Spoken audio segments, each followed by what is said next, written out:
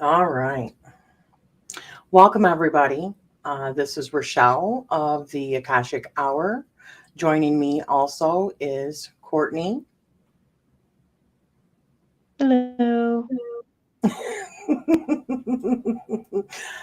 Just so everybody I'm lagging a understands, bit. we are dealing with a lag issue as usual. So please just bear with us as we do the best to get through this episode. We've got a really, really cool episode this week, and it's on magical creatures. And we chose two of the most famous magical creatures, which is vampires and werewolves. So, obviously, we're going to be touching on other magical creatures as we go, but we're trying to keep them limited per episode so that it does get away with us, more or less. So, um, the first one we're going to talk about is vampires. And I wanted to touch on a little bit about how there are different legends in different cultures about vampires. And then Courtney is going to also come in and talk about vampires. And then we're going to discuss a little bit, maybe some of our own theories. And then we'll move on to werewolves, just so you know. Okay. So Sounds great. awesome. So the first one that I have is called the Mandarugo. Mandarugo is what they're called. It says, have you ever had a relationship turn sour? In the Philippines, there is a group of beautiful young women with wings called Canary. They are gentle characters who are known to be loyal to the human men that they take as lovers.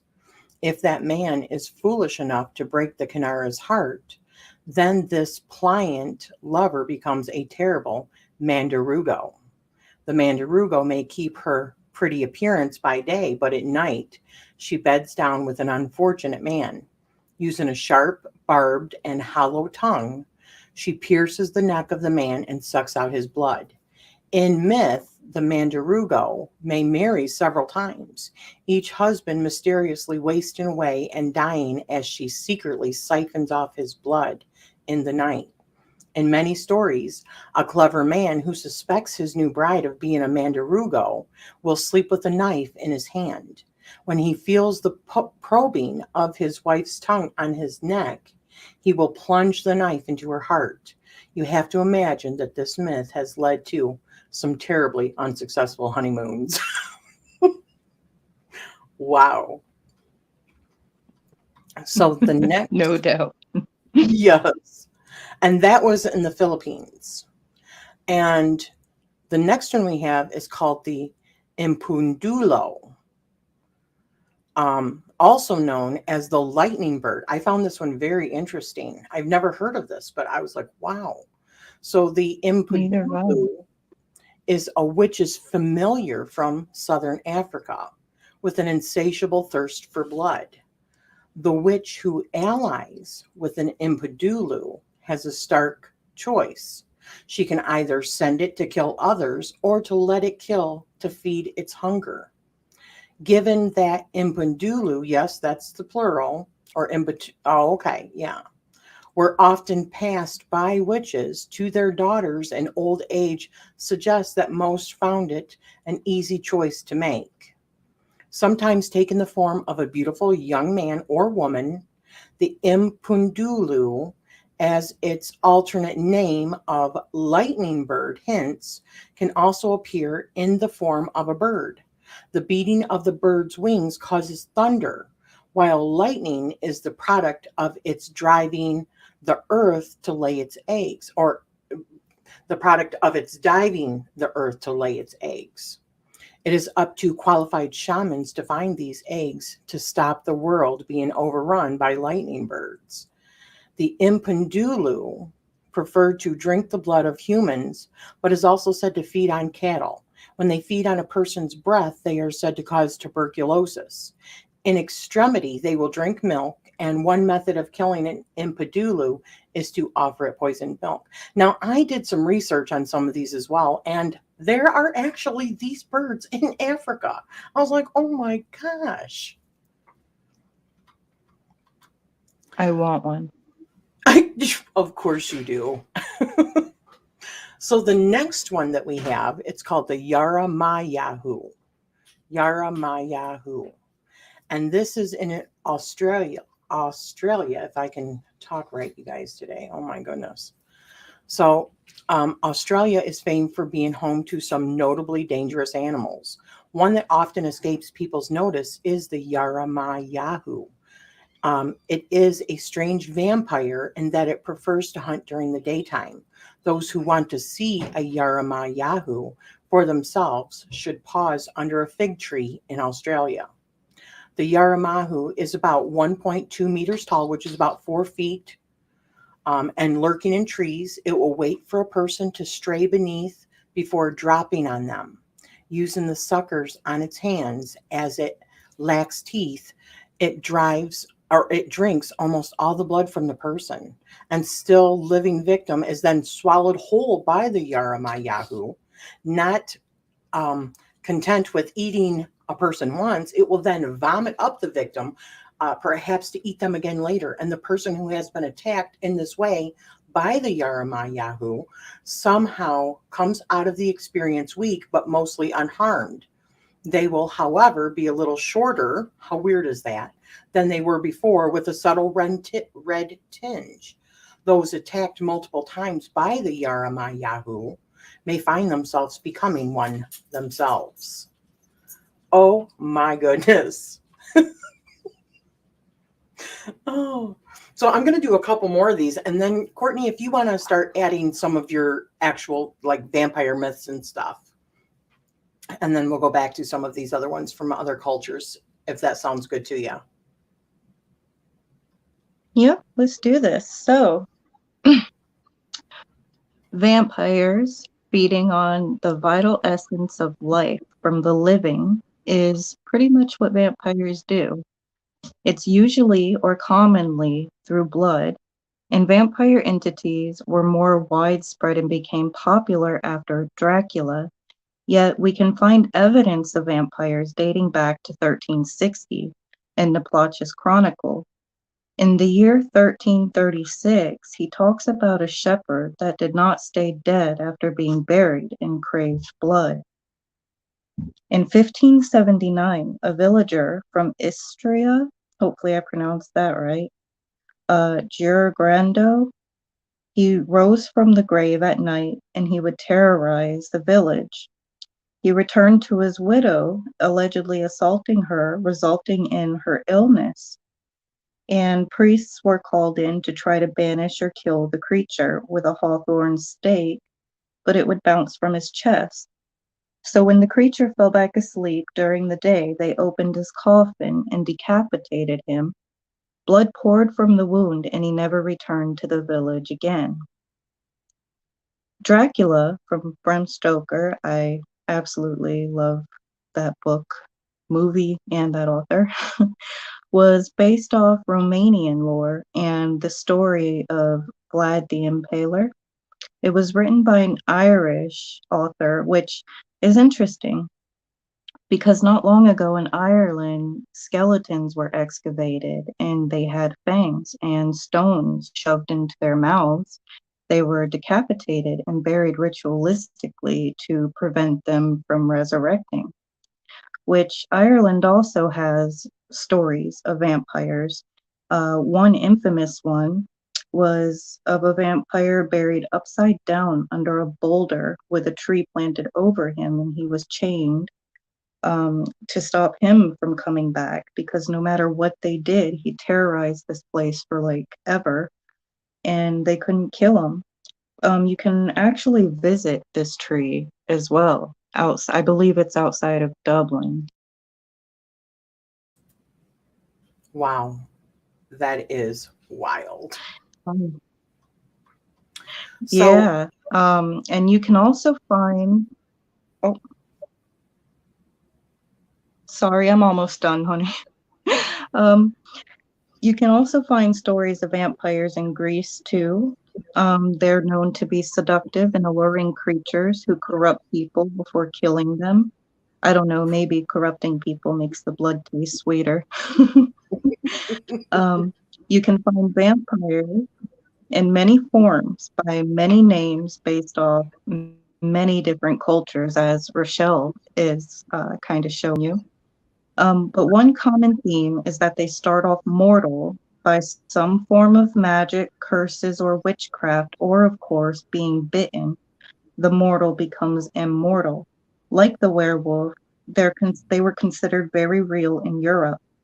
The Stragori is the actual Romanian word for vampire, coming from the Greek word strix, meaning ill-omened bird or witch, which I find that interesting about that African bird, and this Greek word translates to an ill-omened bird or witch. The word Wow. vampire is actually Slavic and, excuse me, highly associated with sorcery. And they almost always consume blood or flesh or transform into a bird or a bat. Many pagans in Europe believed the dead still needed food, and they would offer them food by blood sacrifice over the grave to accommodate this belief. We also have the incubus and the succubus, who are associated with vampirism as well, feeding off of the life force or essence through a sexual encounter. And then, of course, I wanted to wrap this up with the belief modernly of certain, we'll just say, powers that be, with lore of like reptilian vampiric entities who feed off a hormone in blood. And we as humans feed on flesh from like animals, or we eat the essence of like plants, herbs. So could we be considered a vampire? Either way, the vampire is interesting and an interesting mystery. Absolutely. I did want to add here, I found something else about, let me find it here. All right. So, a aluka is what it's called. The word aluka literally means horse leech, which is a type of leech that has many teeth and feed on the throats of animals. But some biblical scholars believe that aluka can also mean blood-lusting monster. Aluka is a Hebrew vampire that was first referenced in Proverbs 30:15 in the Bible. Solomon refers to a female demon named Aluka in a riddle he tells in Proverbs. The riddle involves Aluka's ability to curse a womb-bearing seed. Historically, Aluka has been closely associated with Lilith. Some believe that Aluka is the direct descendant of Lilith, whereas others think that the name Aluka may merely mean or be another title for Lilith. The most detailed description of Aluka appears in the Sefer Hasidim, where the creature is said to be be a living human being that can shape change into a wolf. Aluka can fly by releasing her long hair. Aluka would eventually die if she prevented from feeding on blood for a long enough time. To prevent a vampire from becoming a demon, she needs to be buried with her mouth stuffed with earth. And vampires vary throughout Jewish traditions and history. Sometimes they are demonic spirits, and other times they are described as a type of witch. I thought that was interesting, and I came across that too. But moving on Wow. to, I know. It's amazing, huh? I had no idea that that was in the Bible. So, Right, and it's like our research kind of validates each other's research, like the earth being in the mouth, like those Ireland ones, or like the Incubus and Lilith, and that is fascinating. absolutely. So the next one I had is called a kappa, Kappa, and it is a Japanese monster with several unsettling habits. Not only will it attempt to suck all the blood from a person, but it will also remove the person's soul via, and here we go, via their anus. The kappa is a water-dwelling creature that in most drawings, I know, resembles a terrible turtle. Its long limbs protrude from a reptilian body with a shell on its back. These limbs have incredible strength and pull human and animal victims below the water's surface where the kappa drains their blood. The head is monkey-like, but with the depression on top of the skull. Inside this hollow is a liquid that gives the kappa its strength. To defeat the kappa, who are, murder aside, very polite creatures, one must bow to it. Bowing low in return, the life-giving fluid flows from the kappa's head and it dies. You might want to remember that trick given the other method of attack that kappas have. They are said to reach up into swimmers and steal their livers. To do this, they have to remove the shirikadoma from the victim's anus. The shirikadoma in Japanese mythology is said to be a ball inside the anus that contains the soul. Remember not to bow too low. Oh my goodness. Maybe it's the chakra. Oh, like the root chakra. Right. And also, can I point out reptilian, you say? I know it. Give me just a moment. I am sorry.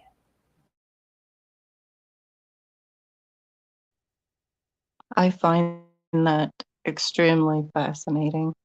I love when dots connect, right? I love these subjects. So put in the comments about what you think. Do you believe in vampires? I do. I feel like, life's stranger than fiction, or the truth is. And I believe that all these stories come from somewhere. So if you believe that too, let us know. I definitely do as well. Thank you. I had to let Oliver in. He was like scratching at the damn door. So Gomez Adams, welcome, by the way, says kappa is a cucumber roll in sushi. Oh. Abby says they sell your liver on the black market. Probably, And So you wake up in a tub full of ice. Exactly. So another one I have here is called Jiangshi. And Jiangshis are vampiric creatures from Chinese mythology, also known as hopping vampires. Jiangshi start their second life as normal human corpses. If they have been killed by some violent means or have committed suicide, which also made me think of the suicide forest, the soul may not be able to leave the body and therefore reanimates it as a Jiangshi. Yeah. And I wonder if maybe that's who is removing like the strings and stuff in the forest so that people can't get out. Right. But wow. Others believe that unburied bodies may return as Jiangshi. Cats leaping over a dead body may also cause it to come back. The Jiangshi are, like Western vampires, definitely dead. Unlike their counterparts in the West, Jiangshi undergo the problems all corpses suffer. With rigor mortis setting in, they are unable to walk normally and have to hop after their victims. Methods of repelling these hopping devils include mirrors, peach tree wood, the urine of a virgin boy. It's just amazing the stuff that comes. When all And the else call of fails, the there's rooster.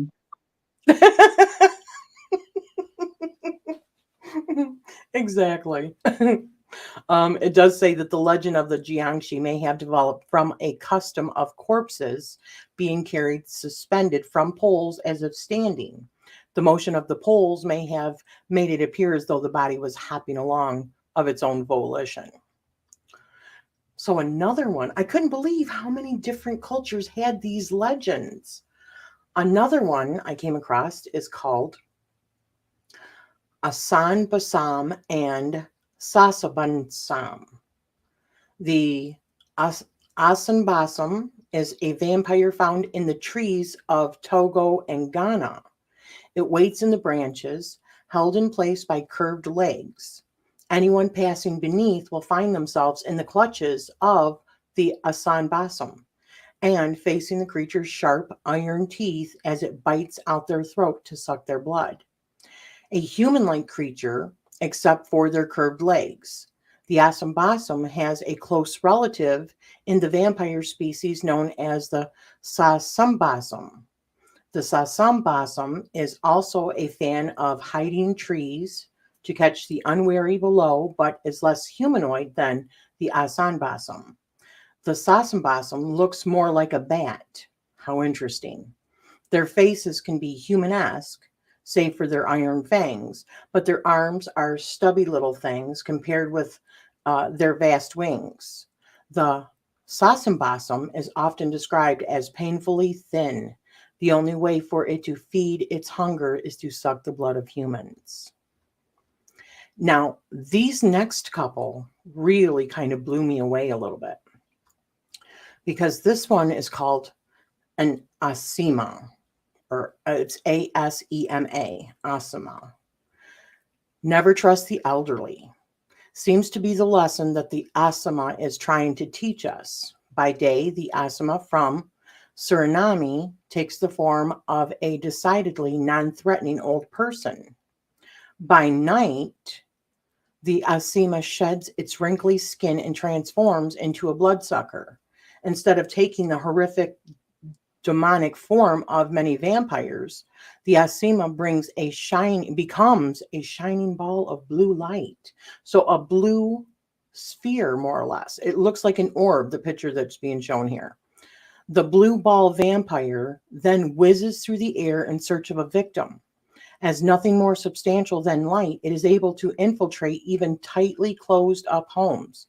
Once it locates a sleeping victim, the Asima siphons off their blood. They may either completely drain their prey if the blood is especially tasty, or take just enough blood to leave the victim weak. To ward off the Asima, you can decorate your home with the traditionally vampiric repelling garlic. So maybe that's where that came from. If you want extra protection, you can eat herbs that will turn your blood bitter so that the Asima isn't tempted to finish you off.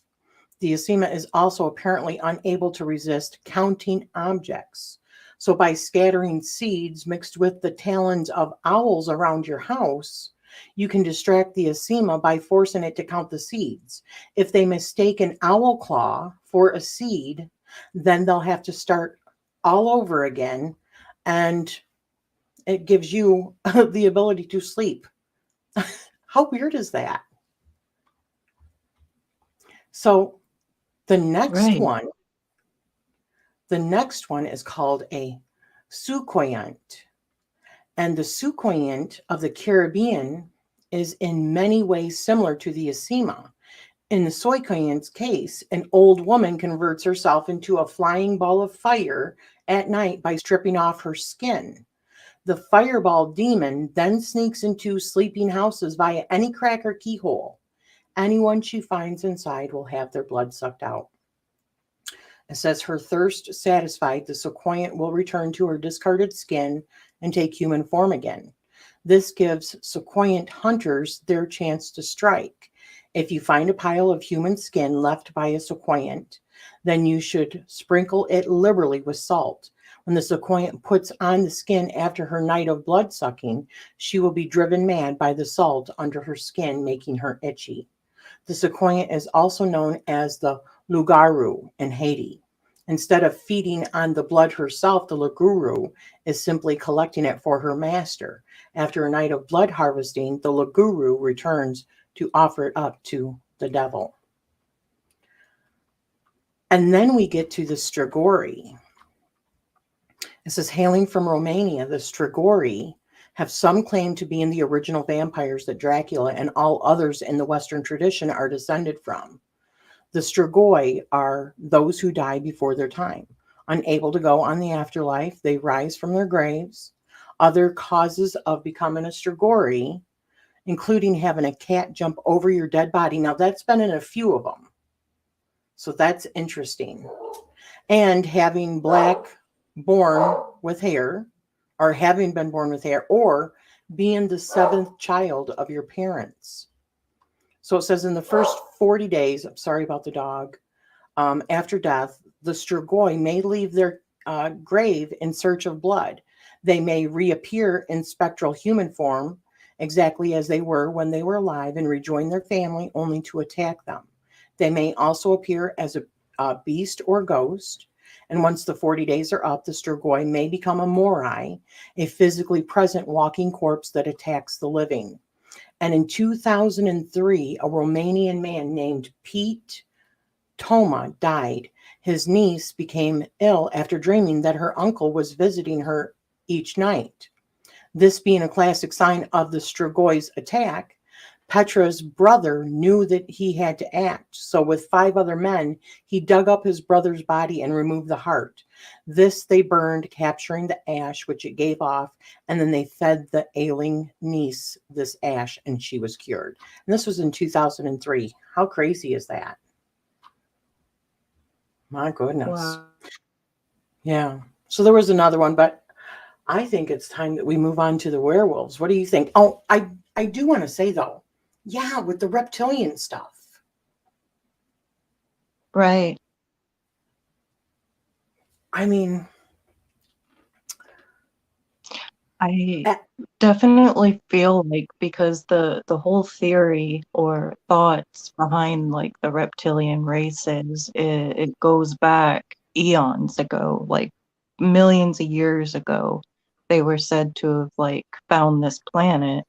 So if you take that into consideration, you're talking potentially the vampire or vampirism goes back way longer than we could know. absolutely. Oh, Gomez says, werewolves lived in my neighborhood in a group of people that you would have never known, but every single one of them had black eyes, and they weren't contacts. Wow. Oh, I love that. I Maybe would toward definitely the end you could love, come on and yes, that's what I was going to say. tell us a bit more about it. Yeah, if you would like to join us. Hi, Antoinette. Welcome home from work, honey. So, do you want It's to good to begin see with? you guys. I'm sorry, guys. It's difficult with the lag. Courtney, do you want to start, honey, with the werewolves? Sure, let's do this. Excuse me. All right, so were creatures or shape-shifting human to beast entities is as old as we have written accounts in our history. The oldest written account I could find is in the Epic of Gilgamesh from ancient Mesopotamia, where the goddess Inanna turns a man into a wolf by curse. But all over the world, you will find these stories, literally everywhere, every country, every location, they got werewolf stuff. In Roman lore, it is a curse, but interestingly enough, they have stories of like the founders of Rome being nursed by a she-wolf. In Greece, a man was cursed to be a wolf for 10 years as a punishment for eating human entrails. In Ireland, many factions of werewolves descended from royalty and were protectors of children, women, and travelers, and they often fought wars for their chieftains. They have bad and good wolf factions, and there's some said to have ascended from a Celtic cave to the underworld. Hopefully I pronounced this right, but called the Cruachan or Cruachan cave. And they would terrorize farmers or civilians. They were known as the Three Sister Wolves. And you can also still visit that cave. Apparently, in Ireland as well, werewolves were exterminated by English settlers.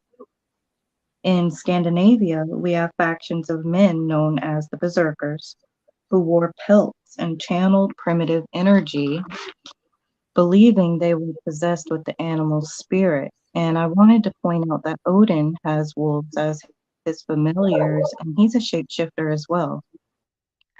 In Scotland, there are stories told of men with wolf heads. And in Brazil, there is lore that the first son born after 7 daughters would be a werewolf, which I find that an interesting correlation with what Rochelle was saying earlier about the 7th child born would be a vampire. But here we have this myth pertaining to werewolves. So other pagan cultures believed that it was a sacred and divine right to be able to shift, especially into the wolf or werewolf. Like in some Native American cultures, they admired the wolf so much that they were able to become one or shift into one. In Serbian lore, it says if you drink the water from the print of a wolf, then you can become one. Others say magic or a curse, especially by a witch, is how you become one. And other common beliefs is the wolf pelts being spelled, where you can wear them and transform during a ritual under a full moon. When religion arose into power, they saw the werewolf as a pagan concept and deemed it as mental illness or demonic possession. They believed it was evil because only God could alter divinity to transform, thus leading to the werewolf trials that took place when the witch trials did. There is also mentions of werewolves and how to hunt them in the Malleus Maleficarum, which I found interesting because we all know about that book being infamous for witch hunting, but it isn't often mentioned about the werewolf hunting. And they would burn men alive at the stake during the European trials if they were accused of being a werewolf. So that is what I have. And I found it fascinating while doing this research because, I mean, if you guys know I believe in a lot, but werewolves for definite. Not to mention all the lore about the dogmen in national parks here in America. Also the dogmen of the woods. Um, so yeah, what do you think about that? I definitely agree. I believe in them as well. I think that when we have so many different sightings and legends from different places, just like that of the vampire, I believe that these start from somewhere. There's some validity to them. I think that they can be sensationalized and expanded on, but I still believe that there's some sort of origin of truth in that. Absolutely. Isn't there lore in Michigan where you live about the dogmen as well? I think. Oh, yes, indeed. And it also has to do with like the French settlements.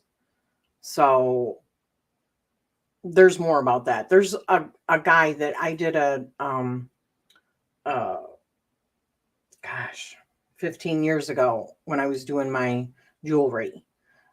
We went to a mint festival, which we recently went to this year as well, but I was actually working it. And the guy that was in the booth next to me had written several books about the dog man. And I need to buy a couple of those books. I did see them at Barnes and Noble. But here in Michigan, I mean, tons and tons of stories of trackings of these animals. So what I have here is throughout history, there are records of the trials of confessed or accused werewolves. They were hunted, questioned, and executed in much of the same way that the witches were, like what you were saying, Courtney, because witches were often accused of being lycanthropes.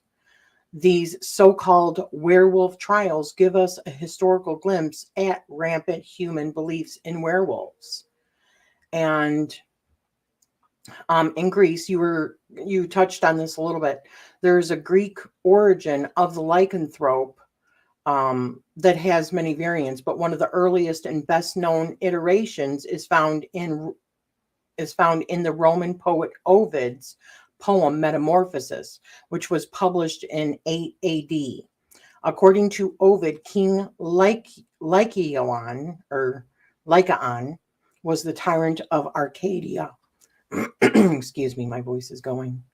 One day, Zeus came to Lycaon's palace masquerading as an ordinary man. After Zeus revealed his true identity, the king clandestinely devised a plan to test whether he was a god. So King Lycaon killed one of his hostages named Epirus, boiled and roasted the victim's flesh, and served it to Zeus. Zeus did not eat it, and he was utterly enraged and disgusted, as you might guess. He set the king's palace on fire and killed his 50 sons with lightning bolts, cursed the king, and sent him into the wild, where he transformed into a howling wolf. Now, there's also the Roman counterpart of that, where it's not Zeus, it's Jupiter, but pretty much the same story. The English lycanthrope originated from the Greek Lycanthropus, or wolfman, derived from the king's name, Locaon, and it's Lycaon. And the question is, why a wolf? Why not any other animal? And David Gallagher, in his book, explains that it is because King Lycaon's savagery and lust for human flesh was identical to that of wolves, or like wolf packs. So, let's see. In ancient Rome, one of the earliest mentions of werewolves, predating Greek,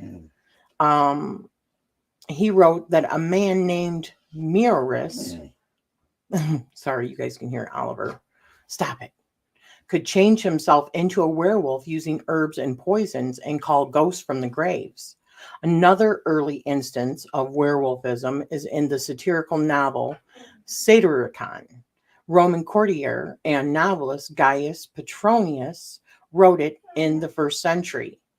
A servant named Nicaros narrates, one day he was on a walk with his host when they came upon a graveyard. The host suddenly took off his clothes, urinated around them in a circle, and transformed into a wolf. Immediately after, the host, now a wolf, ran off to the countryside toward a flock of grazing sheep. Nicaros could hardly believe his own eyes until a sheep owner said to him that his servant had injured a wolf with a pitchfork. The next day, Nicaros noticed that a wound was on the neck of his host. The wound mark on his neck was in the exact position where the pitchfork had injured the wolf. So that's pretty interesting. And you had also mentioned, Courtney, about the spelled hides. And this is Norse mythology. And this was in Norway and in Iceland, this legend. And the reason that it's Norse people, oh, wait a minute, no. So when it comes to werewolfism, the Volsunga saga from the 13th century particularly stands apart because the werewolf-related stories have a prominent presence in this saga. And it says the most famous werewolf story in the Volsunga saga is about a father and son, Sigmund and Svinfolti. While wandering in the woods, Sigmund and Svinfolti came upon a hut where they find 2 spellbound wolf pelts. If put on, either pelt will turn a man into a wolf, and the person will possess the power, cunningness, and valor of wolves. But once on, the belt can only be removed on the 10th day. Having put on the pelts, Sigmund and Svinfolti turned into wolves and began wandering about the forest together. Before they split up, they agreed to howl to each other if either of them encountered 7 men to fight at a time. Sinfolti, the son, breaches the agreement and kills 11 men at one time. Angered, Sigmund fatally injures his son. But then a raven, the messenger of Odin, brings a healing leaf to place on Sinfolti's wounds. And after Sinfolti becomes healed with his injury, he and his father take off the enchanted wolf pelts. As the 10th day arrived, they burned the pelts to ashes and freed themselves from the curse of lycanthropy. How interesting. And there's other That ones. is, and you know, Go ahead, sorry, honey. I'm I sorry. just wanted to say, like with Little Red Riding Hood or these tales, that it kind of reminded me of that, like going to a cabin and all. And I often wondered through this research, stories like that. Now, I know they say the wolf tracked her and then like impersonated her grandmother, but what if her grandmother was actually a lycanthrope? What if she stumbled upon her and the story got changed? You know, I think of these things and I just find it fascinating. And isn't that very Slavic? I mean, weren't the brothers, the Grimms, the Grimm brothers, weren't they Slavic in nature? German, Slavic? I do believe. Which is where a lot of these myths come from. So there is another creature in South America called the Lobbyism. And the myth of the Lobbyism mainly prevails in Argentina, Brazil, Paraguay, and Uruguay. It stems from the Portuguese belief that the seventh son of a family of all boys would turn into a lobizan on the night of the full moon, especially if it fell on a Friday. And the myth is especially prevalent in Argentina. Even the Argentine president, Juan Domingo Perón, strongly believed in this myth. The origin of the lobizan legend is in Uragani mythology. The Uragani are the indigenous people of the Paraguay who mythologically stated, gosh, if I can even speak, stated that there were 7 monsters. Of the 7 monsters, the last one, known as the Lobizan, had the horrendous appearance, but had no apparent resemblance with a wolf and became known as the god of death. How interesting. And then in Mexico, there's one called a Nagual. There's 2 names, Nahual and Nagual, but they're both pronounced Nawal. And even though Mexico has a Spanish colony for 300 years, the Nahual myth did not commingle with the European legend of the werewolf. The tale remains in its original form to this day, and there are actual images that they had created. I'm sorry, guys. These dogs are mine.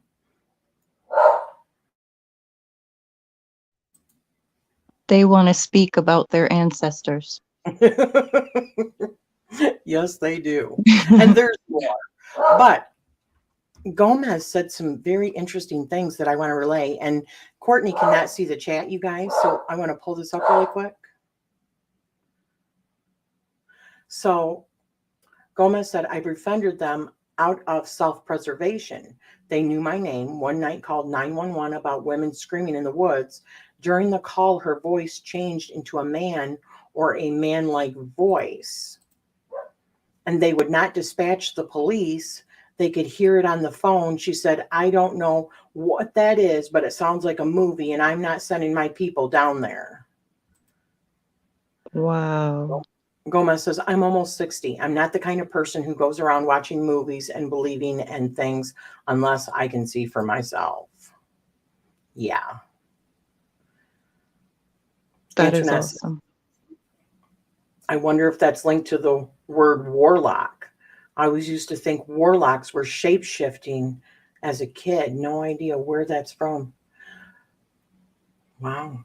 Yeah. Maybe warlock, I believe warlocks were kind of like the outcasts of a coven or something.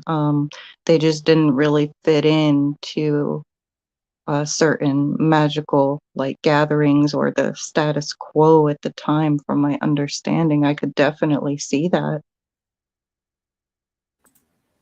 Gosh, definitely. Gomez says they fight like gangs. They live in the city like regular people. Wow. Wow. Where is that located at, Gomez? And hello, I, everybody. It's so nice to see you here. We can't also forget about the actual, like, quote, diseases of like vampirism, and also the genetic mutation where people grow hair all over their bodies. Could this have been seen as something different back then, or is this in fact another entity? Are these Mhm. uh, other Hybrids. like supernatural entities? Right, right. Yo. Abby says, super interesting, Gomez. I definitely don't believe I'm a full on werewolf, but I do believe some of my ancestors may have been, and I have some residual genetics. I have had some dreams, let me tell you, where uh, I am like a queen of werewolves, or I've had a son that was a shape shifting werewolf, and yeah, and even told me my name, which was Raina in my dream. It was wild.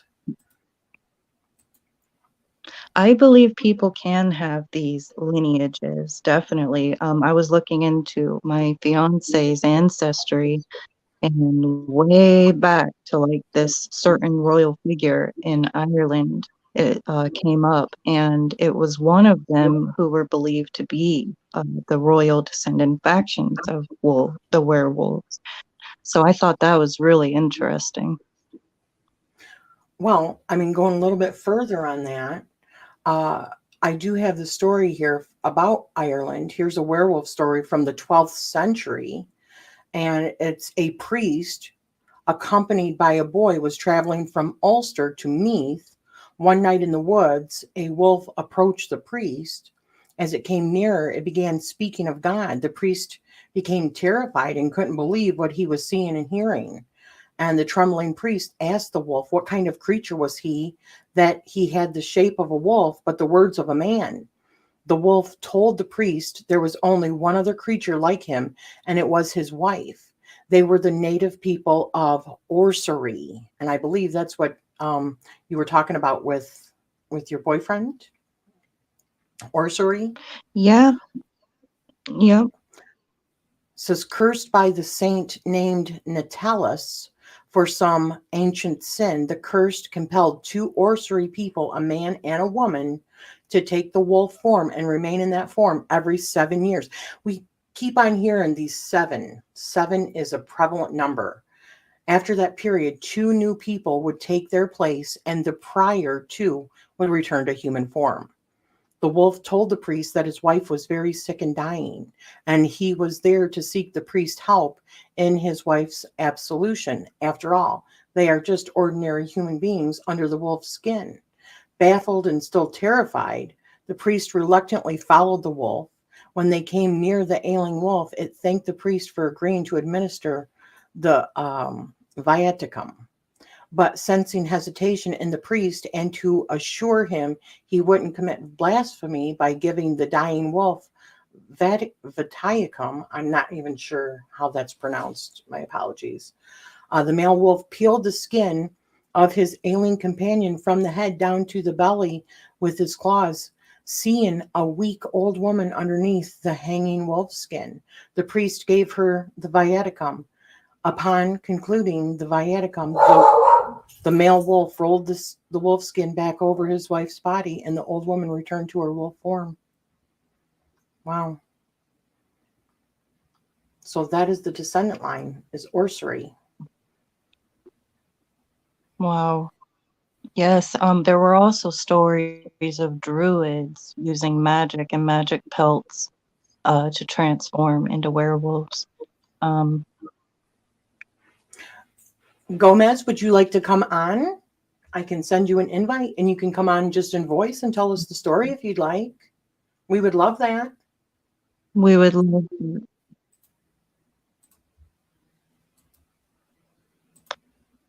My next thing, you guys know us and, you know, the extraterrestrial talk. I wonder, because I am one to believe that like certain celestial figures or gods or goddesses are kind of like elites of other places. And Sirius is kind of known as like the dog star. So, with that theory of kind of like the Anunnaki coming and messing with our genetics, is it possible that some of these are also hybrids from other places that genetically manipulated with us as well? Um, Oh, yes. Oh, you and I were talking earlier, Courtney, and I had told you I came across an article that was written in 2011. Yes, that's it, Gomez. Just go ahead and click on that, answer a couple of questions, and you should be able to just not use your camera and just use your voice. I believe you can choose. But that the the god Anubis, they have always thought that he was a jackal. It's always been thought that he was a jackal. And what I had read was that the reason that he was like, in, how do I say this? In the old kingdom was for the god of the underworld kind of thing. And looking over the people's souls is because back in those days, the jackals would be known for digging up the bodies because they would only dig shallow graves. And so they turned, this jackal god into like a god that's, watching over the souls in order to kind of take care of the problem. However, another study showed that it was actually a wolf, that they believe that the jackals were not actually jackals, that they were another family member of the gray wolf, a very rare one that is found in Africa. So another like werewolf. Interesting, huh? Absolutely. Hi, Gomez. Can you hear us okay? I can. Can you hear me? Yes, welcome. I usually have problems with this. Now I have to pass some loud fans and leave the area because people I'm with are going to just send me out the door for telling this story. So I lived on Well, thank you. a fairly, thanks for letting me tell this. I got up early and didn't expect to. And I've only been asleep for about a half an hour, so I'm a little bit groggy. And my little cat, who I will call my familiar because it can jump out of nowhere. It cannot be there and jump and come out of the ceiling. And people can think I'm as nuts as they want to. It's been seen by others. It won't be there, and he'll just jump and land. And he's right there, like he came from someplace else. No Like I one was will just think out you're nuts. visiting. Anyway, oh, sorry, you're going to hear a lot of animals talk. The guinea pigs want breakfast. Okay, so I was in my 20s and I lived on a vein, I'll call it, of the woods. It's an old neighborhood that was built for like the first homes of people coming back from war. It wasn't expected to be a permanent home. They're made out of cinder blocks. It is the weirdest neighborhood. I found a human femur bone while I was gardening and called the police because I have a medical background. And they said, it's fill dirt because when cemeteries there was nobody left to claim them. They used to be able to dig them up. And so the neighborhood was filled up with bones, which usually deteriorate. I thought that was really weird. And I thought, well, geez, it's a good place to commit this if you want to get rid of people. But back to the story. So I would get up and look out my kitchen window, and there'd be people sitting around playing cards, just doing regular things in my backyard. There was a trail from down in the woods, and there's a river down there. It just, I think, why are these people hanging out in my yard? It drove me crazy. But I didn't bother them because they weren't really bothering me. And I was alone, other than lots of animals. And one night there was screaming, and I thought it was a woman being attacked down in the woods, like raped. You know, a lot of people go there at night and party and do that kind of stuff. And I thought she was being raped, and she's just screaming, no, no, no, you know, like somebody being attacked. But then, as just like in the movies, I mean, it was just like in the movies. I went over to the house, one, you know, not next door, but one over. The woods, you can't go straight. You'd have to jump and go through blackberries. I was kind of protected from the woods, but you could still hear what was going on. And I was actually closer to her screaming, and I called 911, like I said, and they could hear her. And she's just screaming, no, no, but her voice was, I can't do it with my throat, but she starts saying, no, no, not again, no, crack, crack, and turns into this man's voice. So this wasn't somebody being raped. This was somebody like changing into something, and it was like painful. The lady on the dispatch was just like, I don't know if this is a joke. I said, no, it's not a joke. You know, I'm standing outside. It's 3 a.m. I'm scared. You know, I thought it was somebody being attacked. So she said, I don't know what in the, I won't swear, but you know, what in the, you know what that is. And just said, I'm not sending my people down there, because you had to go in a long trail. You know, it's not just some bushes behind my house. It's woods. Like deer would follow the power lines and things and come across the roads and end up down there. I had neighbors that told me that the spirits of Bigfoot live down there. And I'm wondering if they didn't just see, I mean, I'm not just, you know, I'm not saying that's wrong either. I don't know. But when you're down there, you feel like you're being watched. And so after I had called the police, this guy just comes up to me with the blackest eyes. And I mean, he made my heart beat faster. And he says, my name, my real name, and just says, why would you call the police on us? We've never hurt you. You know, we play a little cards in your backyard. We have fun. And I said, I didn't know. You know, I said, I'm sorry. I said, I thought somebody was being raped. I go, it's an innocent mistake. So the next time I saw him, I was delivering vegetables from my garden to the food bank, and he's working at the food bank, and he's just like smelling people as they walk by. It was the weirdest thing, but he actually defended me from somebody else who was coming at my mother and I like an animal, literally running at us like an animal. And my mother said, it looks like some sort of lion or dog coming at us. And we turn around, this guy's just running from a van across the parking lot. And these guys came out of nowhere and just grabbed him, and we left. And anyway, they were very nice to me, rode bicycles. They, a bunch of them lived in a house together. They didn't, I mean, they were just regular people otherwise. I never, yeah. Wow.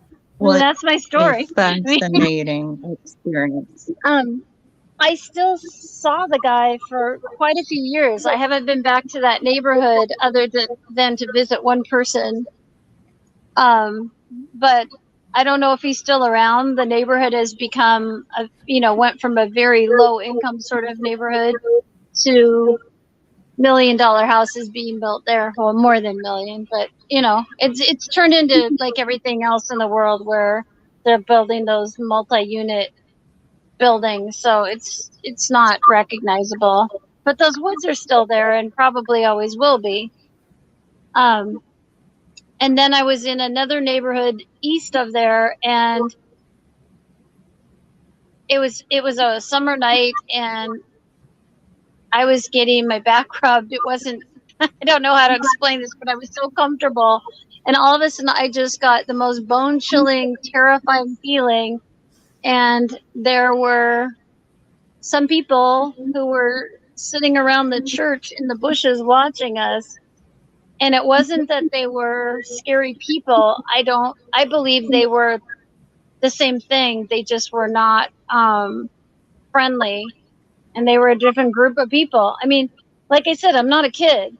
I don't watch the movies, the vampires and the werewolves fighting, and I don't watch Harry Potter, and I don't do all that. I have my own kind of magic that my great grandmother did, my grandmother, my mother. Wow. My mother was born in 1926, 9 of 10 children. And just, she'd always say, oh, I have a hunch, or if you do this, this will happen. We didn't have rain here. It was so hot yesterday, I thought we were going to die. And I went out and did what she asked me to do when I was little to make rain, and it's raining right now. So it's very interesting.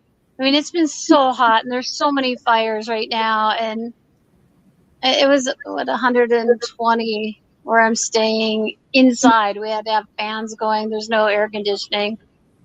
My house plants wilted and died.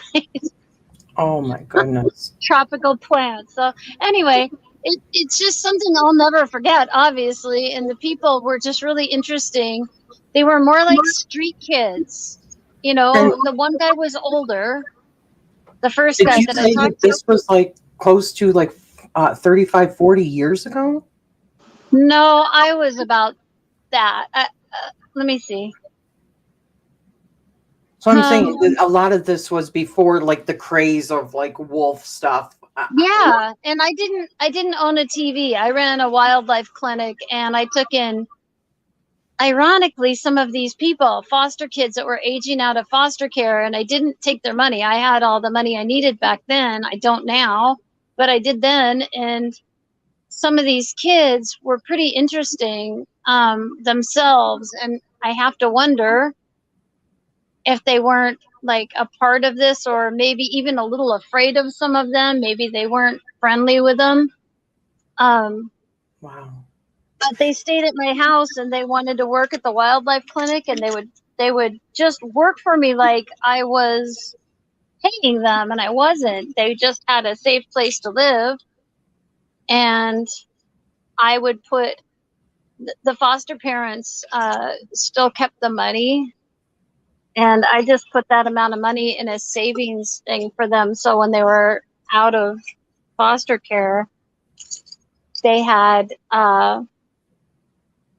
they had something to back them up. But, it was like 17-year-old kids, boys mostly. And a lot of them ended up hanging out with that guy on the bicycle, like I said. Can you excuse me for a half a second? Sure. I just have to say one thing, and I don't know how to turn off. I don't know how to mute this. Maybe you can mute me for just a second. Mute you for a second, honey. Yes. There, you're muted. Wow. So Abby says, Gomez, I am like enchanted by you and your story. Wow. I know, that was great. It makes me wonder about out here where I live. I got chills when she was talking about that, because Can you hear me?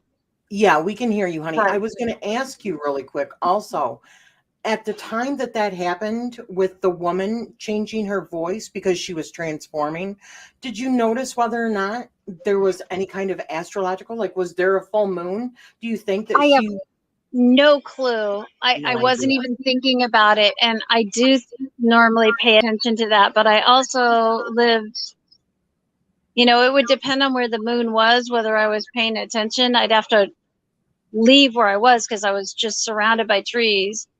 I had the one cool house that had a trail that went down, and what's really interesting is the people who owned the house previous to me, when you look up their history, they were basically the landlords to the person before me.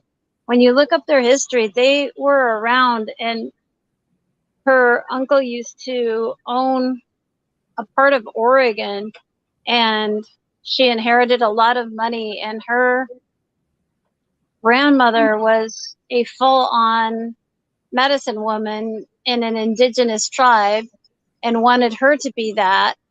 And I thought she was, maybe in her 50s when I met her. We ended up being friends. She befriended me. Her husband was so much older, but I saw pictures of these people, and they're at a log cabin, and it was on the property where this was. And I know the history of the town that I grew up in, where I was born.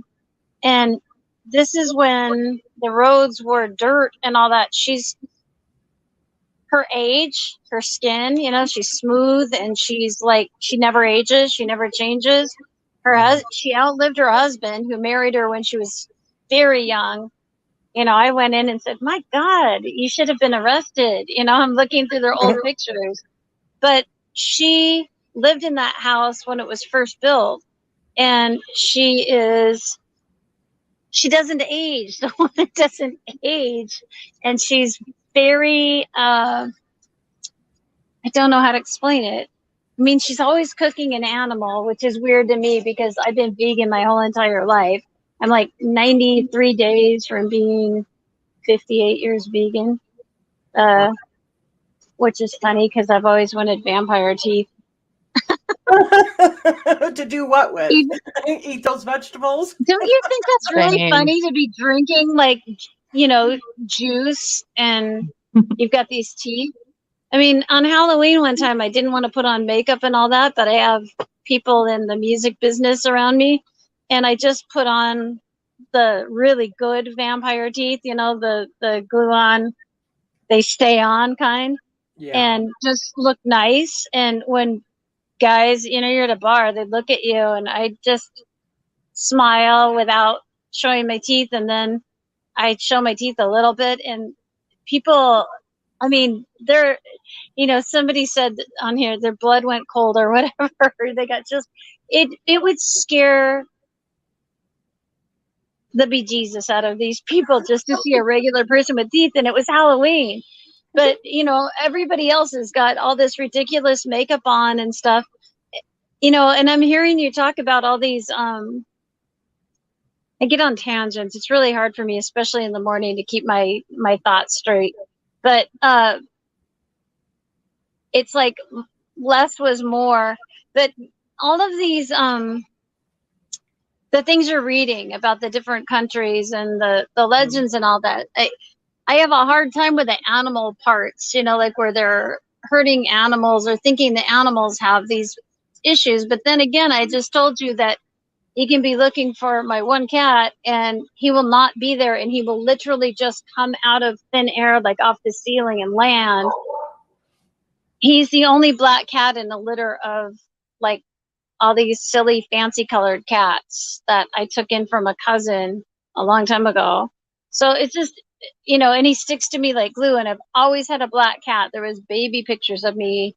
There's always a black cat laying next to me. So I think he reincarnates and comes back. I know he does. I don't think he does. I know he does. I have people who look at me like I'm nuts all the time because of the things I believe in, but I know what happens in life. I know what I grew up with. I know my mother, who didn't believe in anything like that, still did it. She just didn't admit that it was anything unusual. It was just, like I said, a hunch when she has her hand on the phone and it hasn't rang yet, and then it does. And it's like, why did you have your hand on the phone? I'm talking the old dial phone stuck to the wall, with a cord. It's like she's in the middle of cooking and there's all this noise, and she's got the apron on and the dish towel over her shoulder. And she just stop and walk over and put her hand by the phone. And it's like a few seconds later it would ring. And I saw that my whole life. So I thought it was normal. And then one day I just went, why do you do that? She says, do what? I said, the phone's going to ring. She says, I don't. I said, yeah, you do. You always do it. She says, oh, I just had a hunch. I said, you're in the middle of cooking for a million people, and it's loud, and you're hot, and it's greasy, and, frying animal stuffs, like fried chicken or whatever. Yeah. Anyway, there's been a lot of things in my life that you can't dispute. The folklore, I think, gets a little bit too colorful sometimes. It gets like any other story. The game of telephone where you tell one person in a circle something, and then they whisper it to the one direction, and by the time it gets back to them, it's a totally different word. Yes. The folklore stuff, I think, is embellished like crazy. I think the reality is so real that it's scarier because, like I said, these people were definitely, that woman was cracking. You could hear her body cracking, like in the movies. Now, all these people who do movies that have all of this Special realistic effects. sort of stuff going on, where did they get that? Right. You know, I can't believe that all of it's fake. I'm not saying every movie's real. There's so many people who can't now, between anime and the movies, you know, Harry Potter, whatever. I don't even know about it, so I can't speak to Harry Potter. But I know it's fictional for the most part. Soft disclosure. Soft but people- disclosure. What'd you say? Soft disclosure. If they Right. put it in plain sight for people to see, it's Right. all easier for them to say, "Oh no, you just seen that in a movie. You're not thinking in reality." Yada yada yada. Right. But I Right. guess what my I point was was once is some told. of sorry. I'm sorry, Go honey, I'm lagging here. But I was once told, by a very wise person, that if there's a movie, a story, or even thoughts about it, it's out there. And I Yep. believe Right. that. They had to get it from somewhere. I mean, it's and there's things that are just too common, and I've seen it happen in the real world.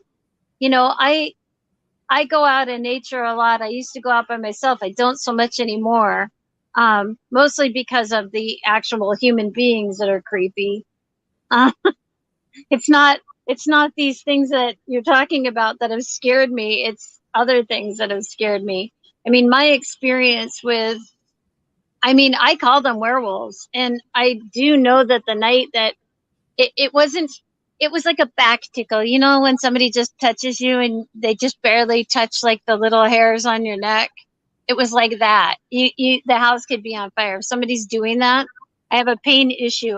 I freeze, and I was so comfortable, and I got so scared in the middle of that it was nighttime. We were just sitting on a bench out at this church that was by where we lived, and the only woods around there, left because the city had built up. And I just went, we need to leave now. And the person who's doing that says, why? I said, we need to leave now. Just go.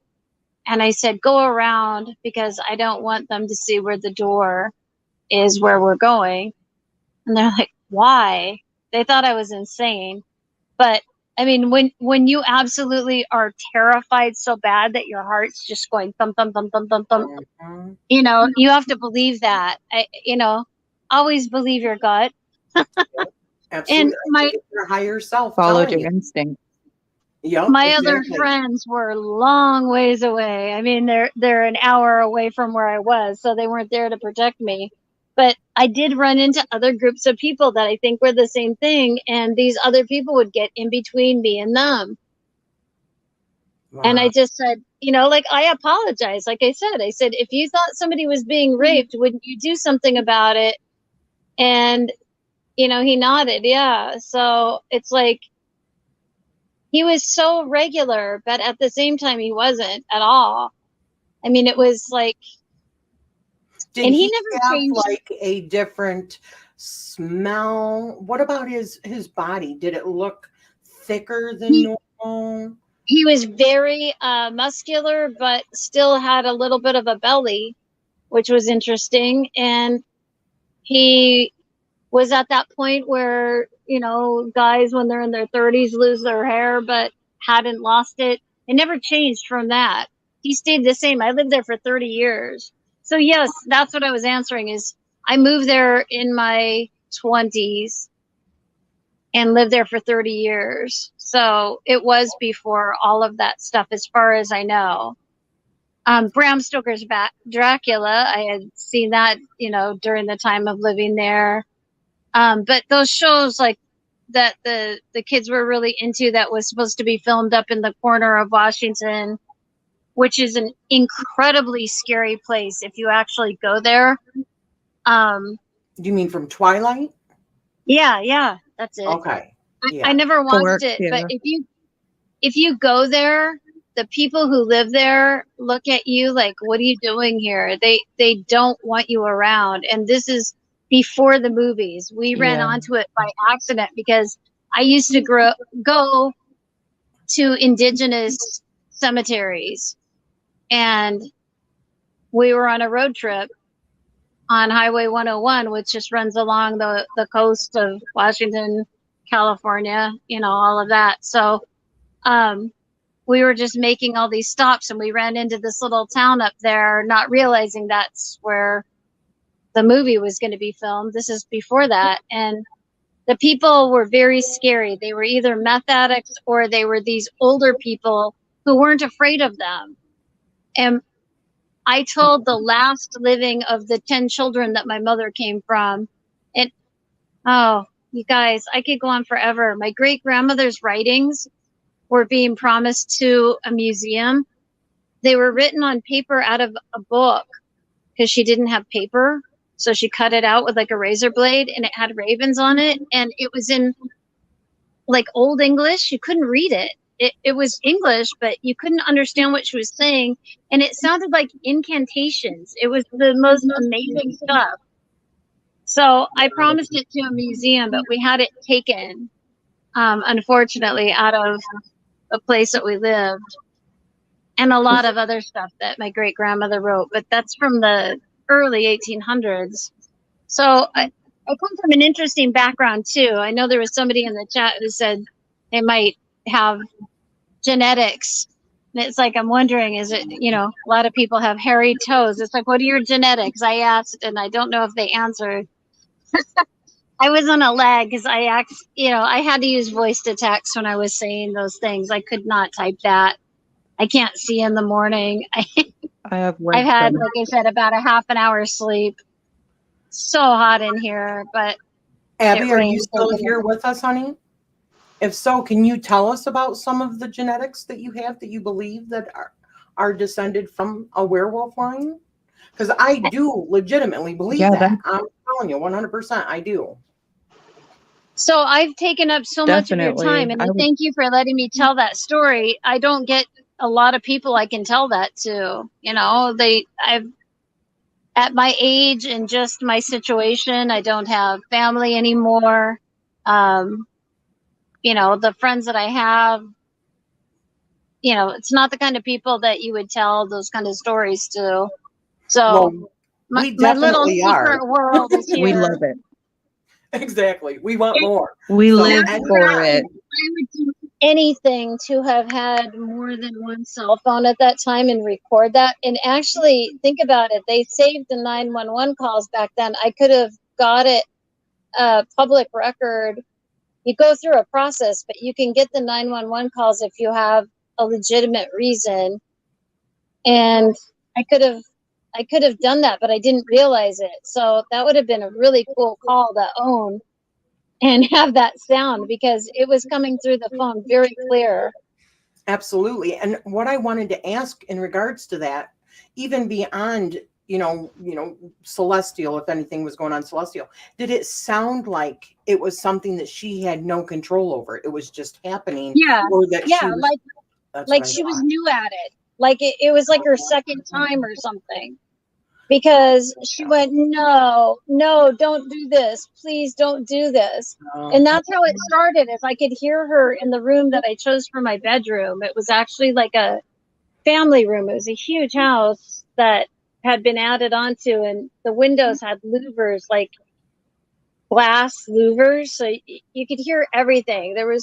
We had the biggest colony of coyotes for a city. I mean, this is just north of Seattle. So it's not like you're used to having 72 coyotes running that are the size of dogs.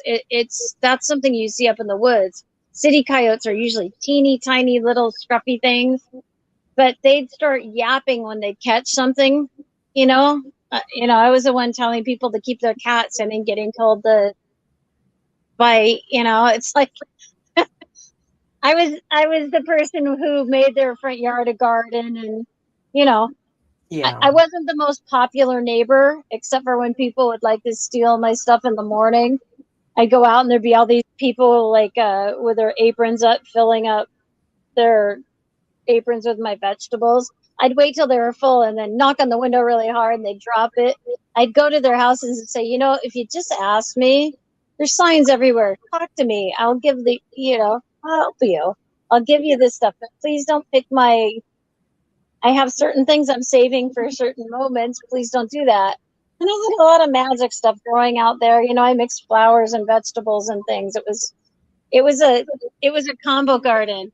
So I wasn't popular. It was a poor neighborhood that people were moving into and trying to put on the phony fake lawn. If you have a fake lawn, you're somebody. I don't understand the chemical lawn thing and the non-indigenous shrubs and all that. I'm very much into Natural. making front yards before it was cool, Yeah.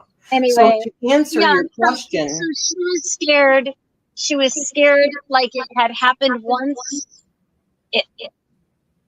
or something like that. That was my take on it, because she was like, no, don't do this, not again. Like she was somebody who was being systematically abused. right. That's what it sounded like, because I worked with people downtown, taking care of them for many, many years, feeding them and doing medical. I have a medical background, and I turned that into animals because I was so tired of the people part. But, well, no, it was little kids and abuse, and I got mixed in with legal stuff. So I'd have to go into houses and find the most god awful stuff. And then it ended up being animals. So I just kind of had a breakdown and quit altogether.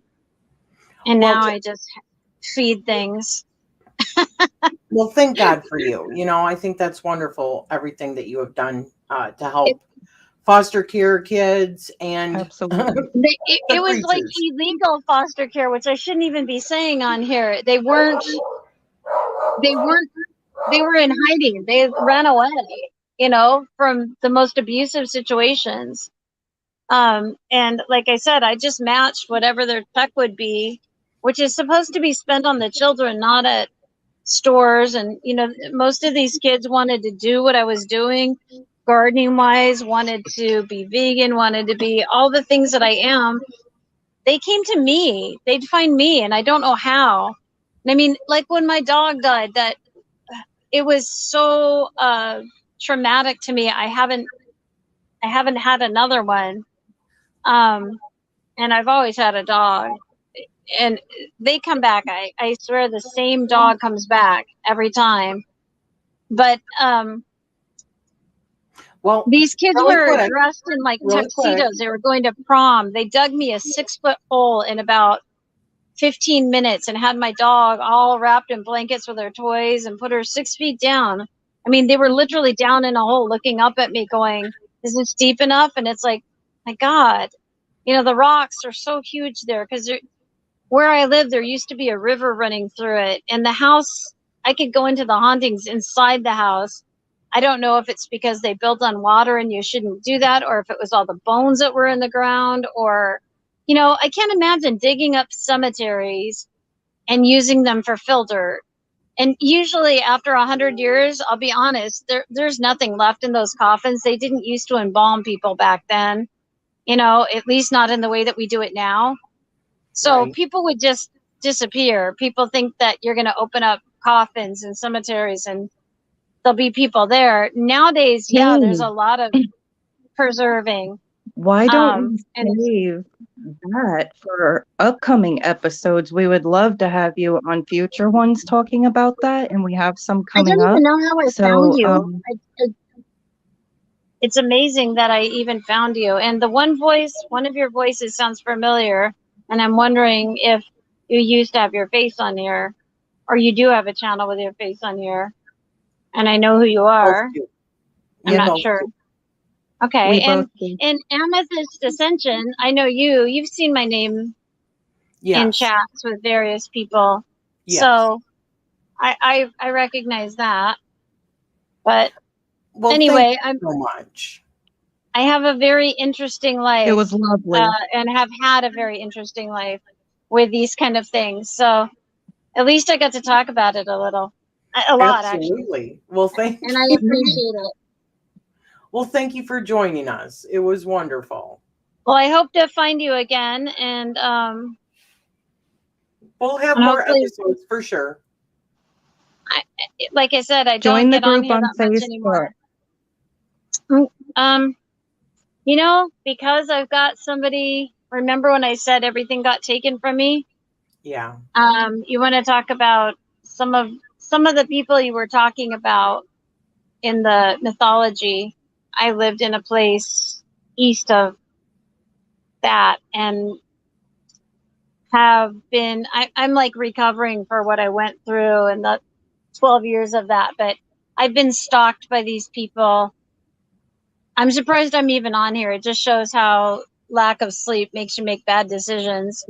But you know, that's why like I started to say what kind of dog I always have, and it's like that makes me stand out more. There's too many things I said that makes me stand out a little too much. And I mean, I'm not called Gomez Adams. Well, Morticia was used up so much that I was just choosing a new name. I was on social media under my own name for That's forever why until somebody chased me down. So, yeah, That's why we do I'm not. this anonymously. So Right. Yeah. I keep tape over the camera on my phone. So just to answer your okay, question well, really quick, Abby had said that she has strong senses of smell, that she has Me too. arms. What's the second one? Pardon me? What's the second one?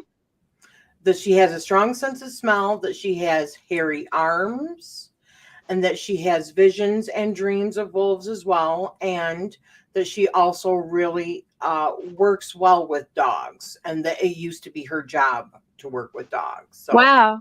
it makes perfect sense to me. I used to work at dog kennels me and be the too. only person that could handle them. But I don't believe that I'm werewolf. I would think more old school witch psychic kind of thing like Starseed. that. Even though my family was Quakers, so that would have been just absolutely not an okay thing. There was a lot of hiding, and I remember my mother saying that when her parents were dying, when my grandpa died in July. See, this is like of course my family never listened to my history, so maybe they don't even know. My grandpa died in July. My grandma died towards the end of October, and I was born in November. So, but they called each other like mom and dad. 10 kids, I guess you'd start doing that. I don't know. A lot of people did that in the old days, would say mom. It's like, why is he calling her mom? It's kind of gross, but I heard My an husband uncle and did I that do to an that. aunt. My husband But and I do that. It's no you big say deal. mom and dad.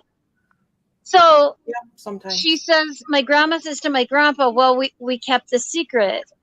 And all the kids know about this secret. They've heard it talked about, that there is a secret, but they don't know what it is. And so the three sisters that were there are like, you know, around the corner just going, oh, say it. And he just went, you know, because he was so sick.